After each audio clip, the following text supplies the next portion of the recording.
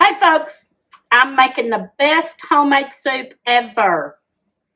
Okay, I've claimed that before, but this time I'm going to claim it again. This is another best homemade soup ever. I think I have two other videos where I said it was the best homemade soup ever. So this is the third one, but I'm just going to say it's another best homemade soup ever. This one is very frugal though. This is a cheap homemade soup that is very frugal and might come in handy for hard times. So let's get right to it. So first off, I want to say this is not my idea. I saw this on another YouTube channel, so I'm going to give them credit. And I tried it, and it was so good and so frugal and would help somebody out in hard times. So I decided to do my version of it because my version is a little bit different than hers. So Carolyn over at Homesteading Family had a video a while back that was about I don't remember the name of the video now. Maybe I will find it and link it in the description of this video so that you can find it. But basically she was talking about bread soup. And she said that during the Depression, they made bread soup just by using sometimes just hot water or sometimes like chicken broth, some kind of broth, and then put your stale bread in there. And they would eat that, and that would give them something, warm and good to eat. And of course, your first thought is, ugh, I wouldn't do that unless I had to. Well, she went ahead and put together a simple recipe making a type of bread soup that had a few other ingredients. And you could add anything you wanted to. So, got interrupted. So, Carolyn showed a type of soup, of bread soup that she said she does. And she uses, that is a way that she's able to use up heels of the bread and stale bread and hard biscuits that have been left over, or she even uses the crust off pizza. If the kids don't eat the crust of their pizza or something, she saves all that and it can be used in this soup. So I'm going to show you my version of what she done. And the very first thing that she done, and I'm doing also, is saute some diced onions. And you can also, I'm going to put a little celery in there too.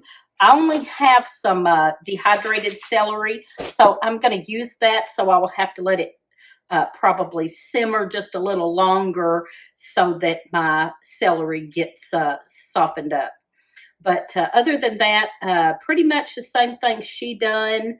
But she said you can put anything you want to in this. You could use some whatever, leftover vegetables, carrots, broccoli, whatever you want it to use in this soup.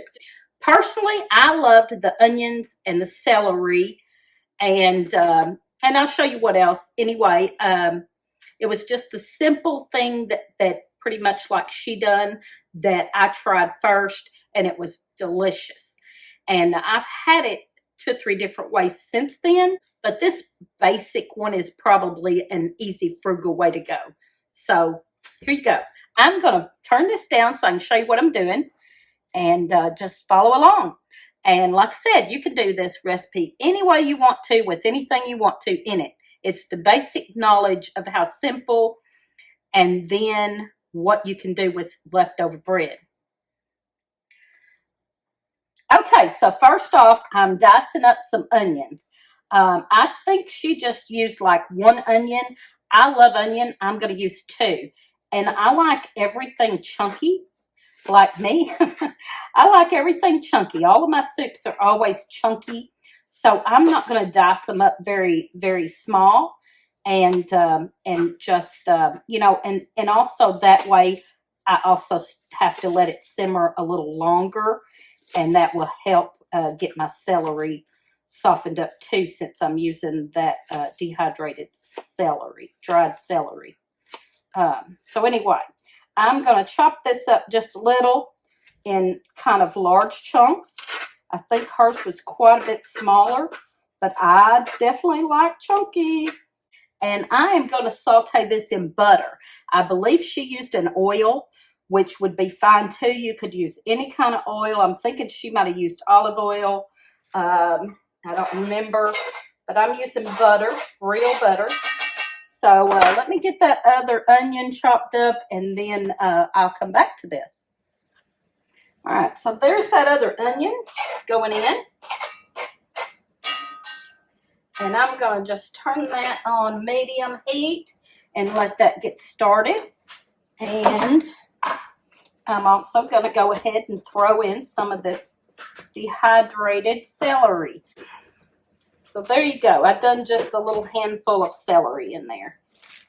And of course that could be fresh celery or whatever you want it to use. Now I'm going to get that sauteed up. I will kind of bring you over here just a little closer. At work, they keep it really cold in there. So I take a jar of soup to work with me for lunch, even in the summertime. And I still freeze to death there. But anyway, so as I'm getting older, I'm able to tolerate soup more in the summertime. And that's why I am doing this, because I can do this, and I'm trying to figure out, I probably could can this up, and if not, I could take the ingredients with me to work. We have a kitchen at work, and I could take the ingredients to work and make this up at work easy, quick and easy. Anyway, saying that also, I want to show you something. I love coffee. I drink coffee a lot, and I don't have a coffee maker. I either do instant coffee or I'd use my French press. I love this French press. But if I make a whole thing of it, because this is a big one, and I'm the only one that drinks coffee here, if I make a whole thing of it, some of it gets cold before I get mine drank. So I have an old carafe that I've had for years and years. Doesn't really work that great, so I quit using it because it would only keep it hot for about an hour or so. So I got offered a free one of these. Let me tell you, I would not be saying this if it was not true. I'm not saying it just because they've sent me a free one. I've tried it out, and this thing is like a thermos. It is from... They sell them on Amazon, and it is like a thermos. And I'm going to tell you, this thing will keep hot coffee or hot tea. I drink a lot of hot tea. This has been in here since morning. Do you see that stamen? I made this at about 8 o'clock this morning, and what I didn't drink out of my French press, I put in here for later. It is 4 o'clock in the afternoon, and this is still steaming hot. So this is a game changer for me, y'all. A game changer. I can make my hot coffee, or I can make my hot herbal tea and put it in this. And I've done that while I was sick. I have been sick for the past couple of weeks, and I was making a lot of hot herbal tea. And I didn't feel like getting up every, 30 minutes making another cup. So I just made up some, put it in this, and then I could get it all day long as I needed it. So I'm telling you, this is a good hot coffee at 4 o'clock in the afternoon that has been sitting since 8 o'clock this morning. These are not very expensive. I think they were it was either $21 or $27, and that's not bad for a good thermos. This keeps your coffee hot all day, and it's really like a thermos, pretty much. The other carafe I have is more, it doesn't have this thermos lid. It just has a flat lid, and it's kind of insulated, but not a whole lot. This is just absolutely a thermos at a very good price. So there you go. There's my plug for the day. And like I said, I don't have to say that. It's the truth, or I wouldn't be saying it, because I don't do reviews. They just offered to send it, and I said, sure. And I thought, well, I'll try it. And if it don't work, I don't have to say nothing, right? I don't have to. They sent it to me for free. I don't have to tell you this. But I'm telling you, and they're not paying me to say it. They just gave me a free one. But for $21 or $27 or whatever it was, I looked it up to see. That's a good deal. A good buy right there. That is a game changer for me. Let's get on with making this soup. I'll tying up our onions and our celery, and that's going good. Now, y'all know how to saute. I'm not going to explain all that. And please go over and watch Carolyn's video over at Homesteading Family, because she probably explains this way better than me. All right, we'll go ahead and talk about the other ingredients. Because she used some leftover chicken. She just had some diced chicken that was left over. I don't have any, but I have a lot of canned rabbit. I'm going to put that in there. I'm also going to put some of my rabbit broth. Now, you could use chicken, you could use pork, you could use any meat you wanted to. You could leave the meat out if you wanted to and just use a broth. All right.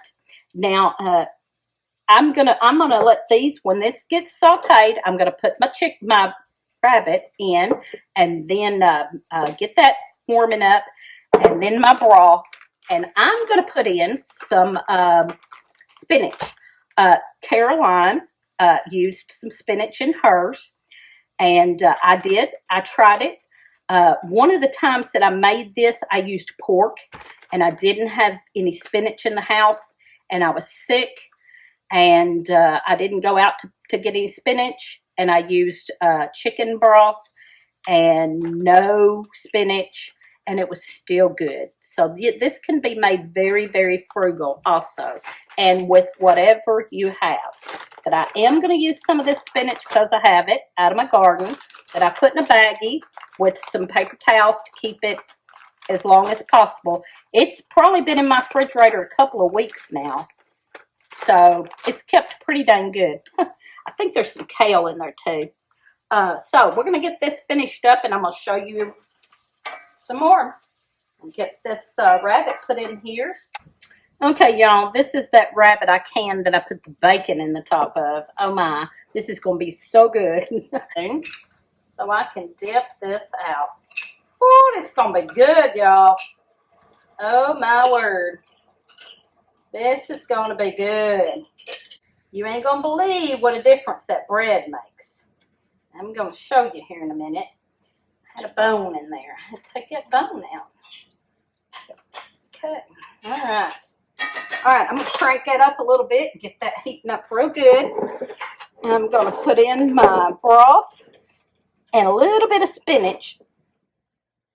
Okay. Woohoo! Lousy. Okay. Just going to go ahead and dump in that broth and get that heating up, and then we'll add that spinach. Oh, this is going to be good. All right, let's look down here a minute. I'm going to heat that up and add this spinach here right now so it can be cooking down a little bit too. Okay, sorry, I had to chop that spinach up just a little bit. It was just whole big leaf spinach and kale. So we're going to get that mixed up in there. Oh, Lordy. Oh, this is going to be good. I can smell those onions and celery and rabbit broth mixing together. Woo. Okay.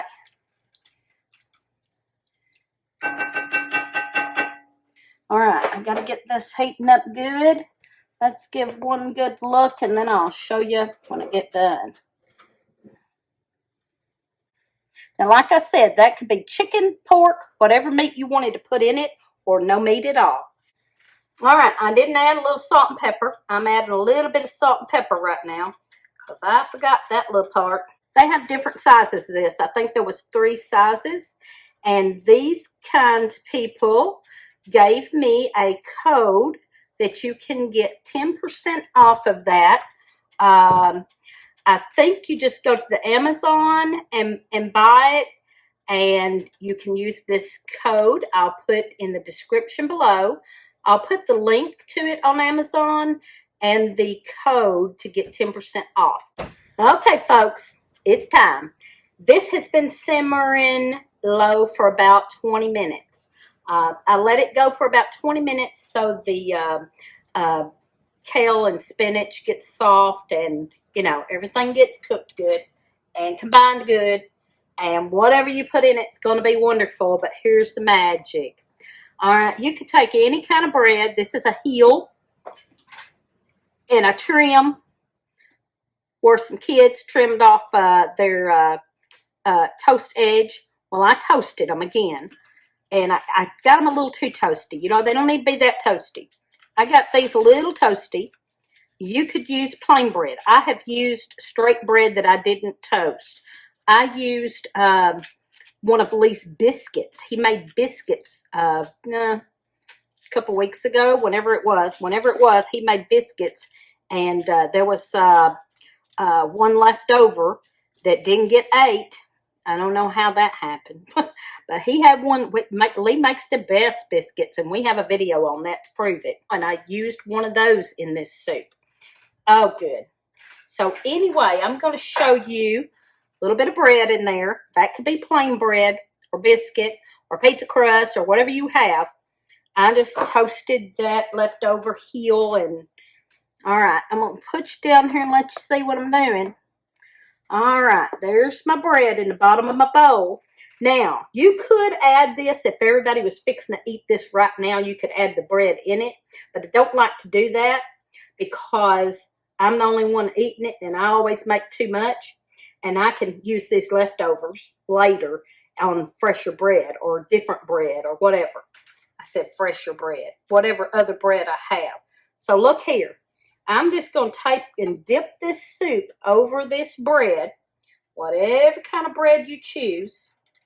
You're going to dip this soup over it, and it could just be broth, and this would be delicious, y'all. But this is amazing.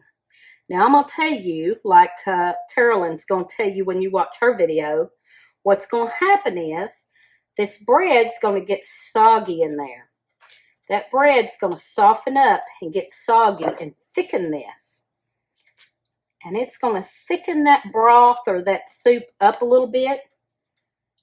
And this is too hot for me to try right now to show y'all. But oh my goodness. Let me tell you. Yeah, it's too hot. I should have turned it off before I got this far. But that bread is softening up real good. And let me tell you what it reminds me of. The bread in there, once it gets good and soggy and softened up, reminds me of a dumpling and tastes like a dumpling, and you will think you're eating chicken and dumplings. Even if you just use the broth, even if you just use chicken broth with the bread in it, you will think you're eating chicken and dumplings. These little dumplings, these little dumplings right here are delicious. And that's your bread soup. Like this right here, this is the best homemade soup ever. Ooh, that's just bread. Now look, that's just bread and broth. Oh my goodness, that's good. Man, that's good. There ain't nothing like that. Y'all got to try this. Thanks for watching. Give us a thumbs up, comment, subscribe, and watch us on Friday nights at 7 Central.